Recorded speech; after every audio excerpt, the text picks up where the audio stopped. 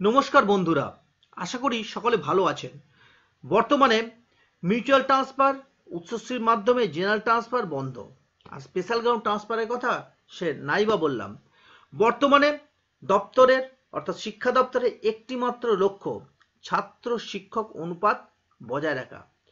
এই ছাত্র শিক্ষক অনুপাতকে বজায় রাখতে গিয়ে 10C রায়কে হাতিয়ার করে বা 10C নিয়মকে হাতিয়ার করে সারপ্লাস বদলি বা অ্যাডমিনিস্ট্রেটিভ ট্রান্সফারের মাধ্যমে ছাত্র শিক্ষক অনুপাতকে বজায় রাখার চেষ্টা করতে চাইছে দপ্তর। আপার প্রাইমারি নিয়োগ চলছে, এর ফলেও কিন্তু কিছুটা শিক্ষক ঘাটতি মিটবে। জাতীয় শিক্ষানীতি অনুসারে প্রাথমিকে 30-এর কম শিক্ষার্থীযুক্ত হাই সেকেন্ডারি এবং নিউ সেট আপ বিদ্যালয়গুলির ক্ষেত্রে 40-এর কম শিক্ষার্থীযুক্ত বিদ্যালয়ের সংখ্যা কিন্তু খুব একটা কম নয়।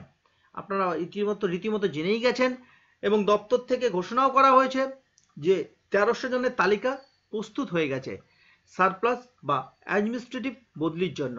এছাড়া আরও শোনা যাচ্ছে যে 950 জনের মতো আরেকটি তালিকা তৈরি হচ্ছে। তবে আমি বলেছিলাম যে যেমন আমি জানতে পারবো ব্লক এবং জেলা ভিত্তিক কিছু বিদ্যালয়ের তালিকা দেব, যেখানে প্রাথমিকে 30-এর কম শিক্ষার্থী, নিউ সেট আপ হাই এবং হাই সেকেন্ডারি স্কুলের ক্ষেত্রে 40-এর কম শিক্ষার্থীযুক্ত বিদ্যালয় আছে। সেই সমস্ত বিদ্যালয়ের তালিকা আমি কিন্তু দেব। তো আমি রীতিমতো দিয়েছি, আমার আগের কয়েকটি ভিডিওতে আমি সেটা দিয়েছি।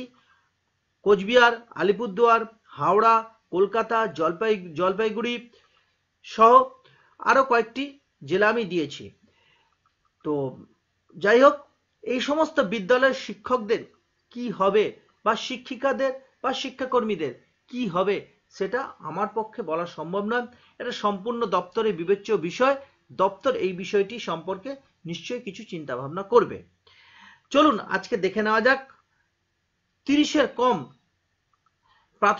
প্রাথমিক বিদ্যালয়গুলির ক্ষেত্রে এবং 40-এর কম নিউ সেট আপ হাই এবং হাই সেকেন্ডারি বিদ্যালয়গুলির ক্ষেত্রে যেখানে শিক্ষার্থী আছে সেই সমস্ত বিদ্যালয়ের তালিকা। আজকে কোন জেলা আছে? আজকে আছে হুগলি জেলা। দেখুন, দেখতে পাচ্ছেন সারপ্লাস স্কুল লিস্ট হুগলি জেলা। এখানে আমি তিনটে আগের যে তালিকা আমি দিয়েছি তার মতো এখানে করা আছে তিনটে, একটি ব্লক, একটি সার্কেল আর ইউডাইস কোড। এই হুগলি ডিস্ট্রিক্টে বা হুগলি জেলায় কতগুলি বিদ্যালয় আছে একবার একটু দেখে নেওয়া যাক, এবং এখানে শিক্ষক বা শিক্ষিকার সংখ্যা কতজন তা একটু দেখে নেওয়া যাক। দেখুন, স্ক্রল করলে নিচে নামলে আমরা তার সংখ্যাটি আমরা জানতে পারবো। দেখুন,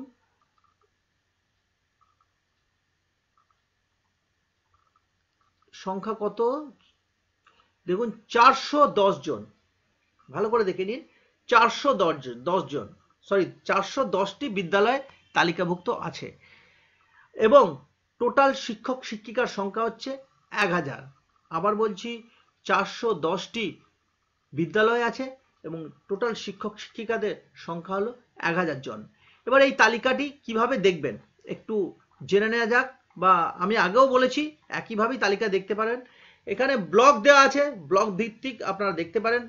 ব্লক, এখানে ড্রপ ডাউন মেনু আছে, ড্রপ ডাউন মেনু থেকে সিলেক্ট করে নেবেন।